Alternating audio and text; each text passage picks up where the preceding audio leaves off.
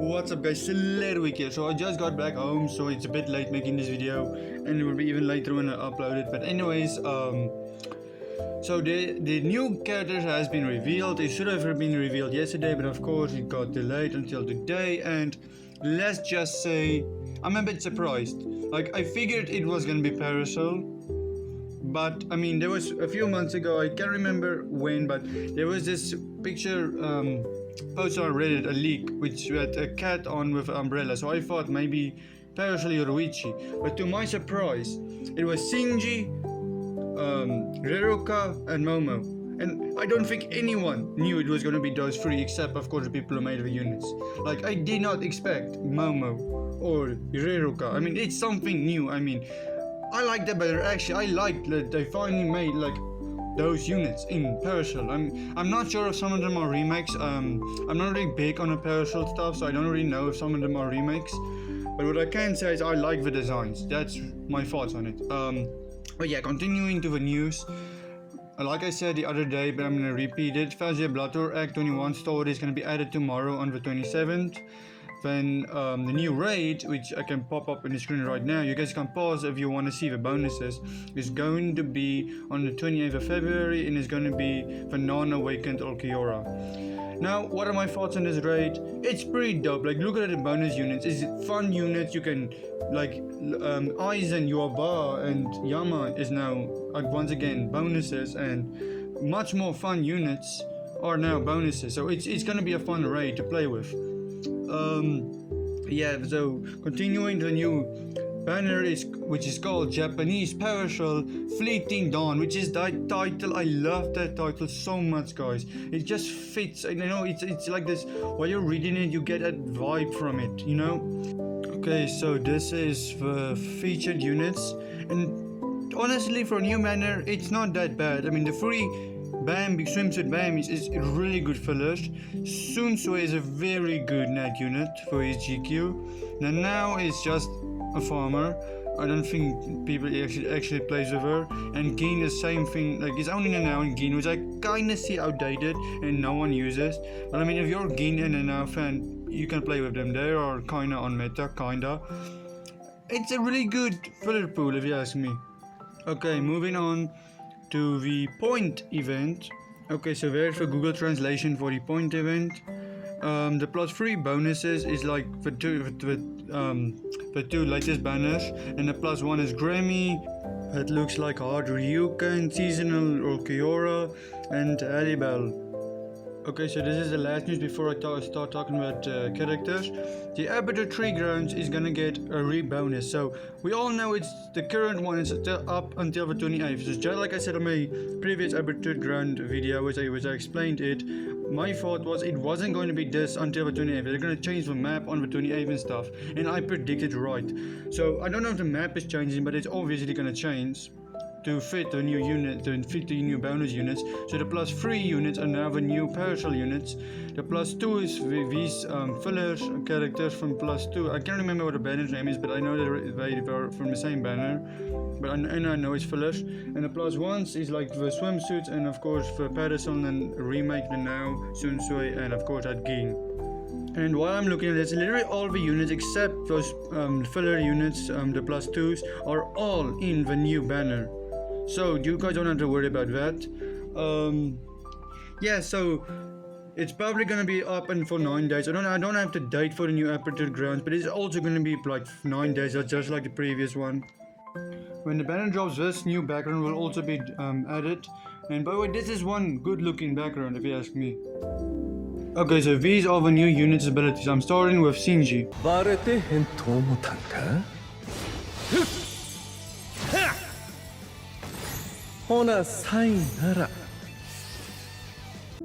Okay, so Shinji seems to be a melee SP unit. Okay, so all his attacks is Dominate Plus. That's a new skill, if I'm not correct. Like, if you inflict the enemy with it, he starts attacking his own.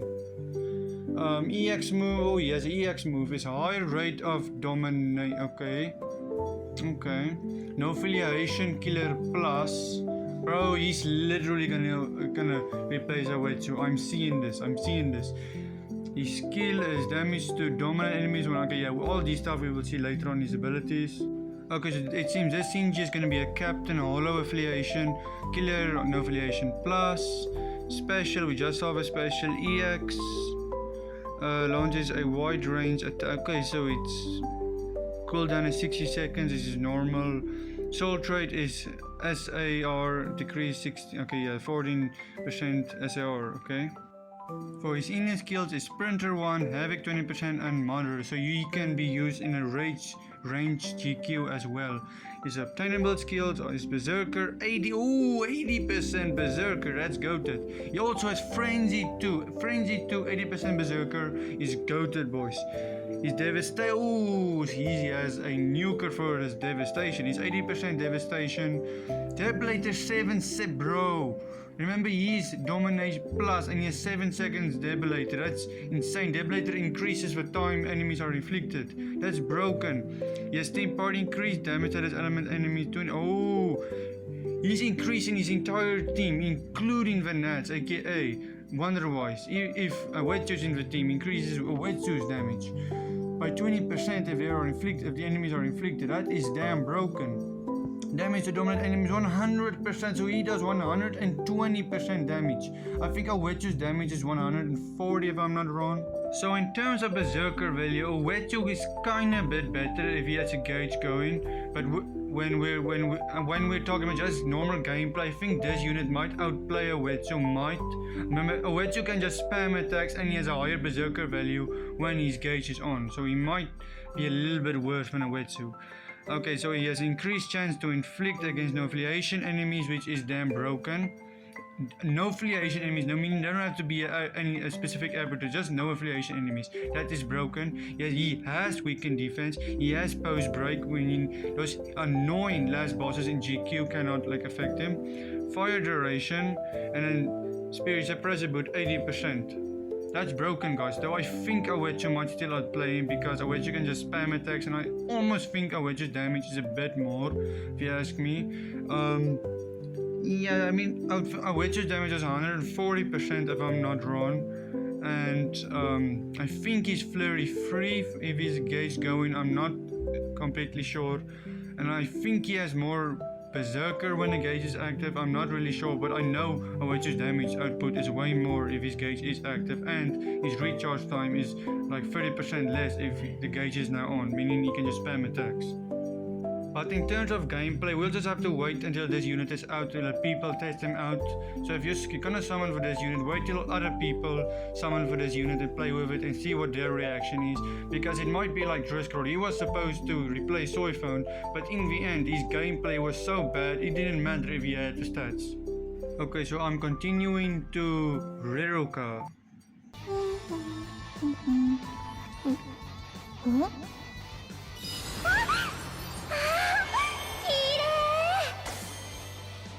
Okay, so here is Reruka's characteristics. He's a nat melee unit. Turn attack 2 is a boost. He's Quincy Killer Plus.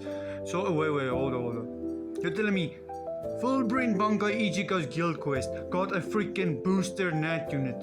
Bro, like 55 seconds seems now possible for this. Like more than 55 seconds for this GQ. Like, bro. Okay, so she's a human affiliation, obviously. Quincy Killer Plus, which I still can't believe. We just saw a special, and her soul trait is 35 net attack damage, which is very good. Okay, for inner skills, she has Sprinter 1, decrease Quincy damage taken 20%, which is, in my opinion, a wasted skill. Dodge Quincy damage 50%, hold up. You might be able to use her in Brave Belts against Mamiya and Asken, maybe, that's a maybe. Attainable skills is Long Reach 20%, which is good for a net unit. Bruiser starting with 75. Damn, bro, that's high for a net unit. She has Enhancer and Booster, which is extremely good for the GQ. She has Pose, which is again good. She has Monitor, meaning she can be used in a ranged GQ, which is still good. Still good. Weaken duration for GQ, and that's obviously. Another damage taken 16, bro. She has 36 damage taken against Quincy. She might be used in Brave Battles, and she has dodge Quincy damage 50%, and you can give her the shield, which make it like 80% dodge plus the bonus ability 15, meaning amper 100% dodge against Askins. He might be using brave battles, like seriously. Clear effect plus 15 GQ, clear melee damage plus 30 in GQ, flurry 1 and flurry 2 in GQ. See, is broken. Because he doesn't inflict anything, meaning Ichigo can just inflict weaken, and she can do more 50% more damage since weaken is 50% more damage. Or Ishin inflicts burn, and I can't remember if Ishin inflicts something else, but you can just put damage to burn enemies on her, and she'll still be alright because he doesn't inflict anything. And in brave battles, she can freaking outplay Asken. Like after every 10 seconds, he can just hit Asken until he dies. But Asken's poison might be a thing for her, like a threat to her. But other than that, she might work in brave battles and in GQ, honestly. And now it's finally Momo's turn. By the way, guys, this is a good Momo, but I'm pissed at Caleb for making another Momo season. Like seriously, stop with the Momo train.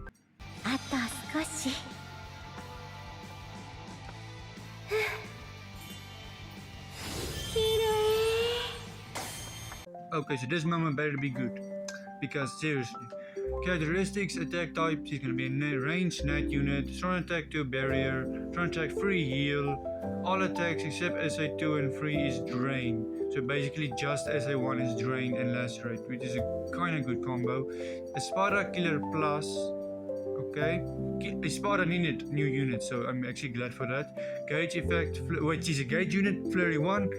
Bruiser 100%, soul trait damage 40% more nat when full stamina. Wait, we have to see our skills. Okay, so I'm just gonna go speed blitz for this stuff because I want to see our skills. He's a Soul Reaper, Espada Killer Plus, which is good for it because that GQ was like, I think it's Masaki that GQ and she's just bad. So this unit is good, the GQ is saved. Nat is nat extra damage at full stamina 40%, which is really good, and we just saw the special. Okay, so gauge effect is flurry 1 and bruiser 100. Unit skills are sprinter 1, full stamina only, another nat plus 40%, meaning he has 80% more nat damage at full stamina. Holy shoot, okay. Sharpshooter, long reach 20%, which is good for nat. Okay, only flurry 1, but I mean she has 80% plus at 100% nat when the gauge is on. But it doesn't seem she has any nat when the gauge isn't on, except that 80%, and she gains 100% when the thing is on. So she's bad when the thing isn't on, and then yeah, so it's kind of wasted. Pose, healer, medic, hidden enemies 100, which is just wasted for this net. Recharge 12%, which is, yeah, I mean she doesn't even have, bro. Why did he give her recharge? I mean, yeah, for the gauge, but still, multi barrier plus 2, weaken. Gauge rampage, and then start gauge at 70%, which is very good for gauge units. But this is just like, this is a good gauge unit, but for the current meta, I mean, she should have gotten flurry 2 from the beginning, or more berserker from the beginning, because yeah, it's good, but not what we wanted. But yeah, it's better than the other seasonal momos, in my opinion. Now you guys might ask, should we use summon for this or not? Well, like I said, this is a really good banner, really very good fillers, but just wait for other people to summon it to see how good the characters actually are, and yeah, then you can summon if they are actually good. Okay, credit to Ubatch for some of the leak stuff for this video, and I hope you guys found this video helpful, and I hope I can see you guys on the next one. Take care, see ya, peace, goodbye.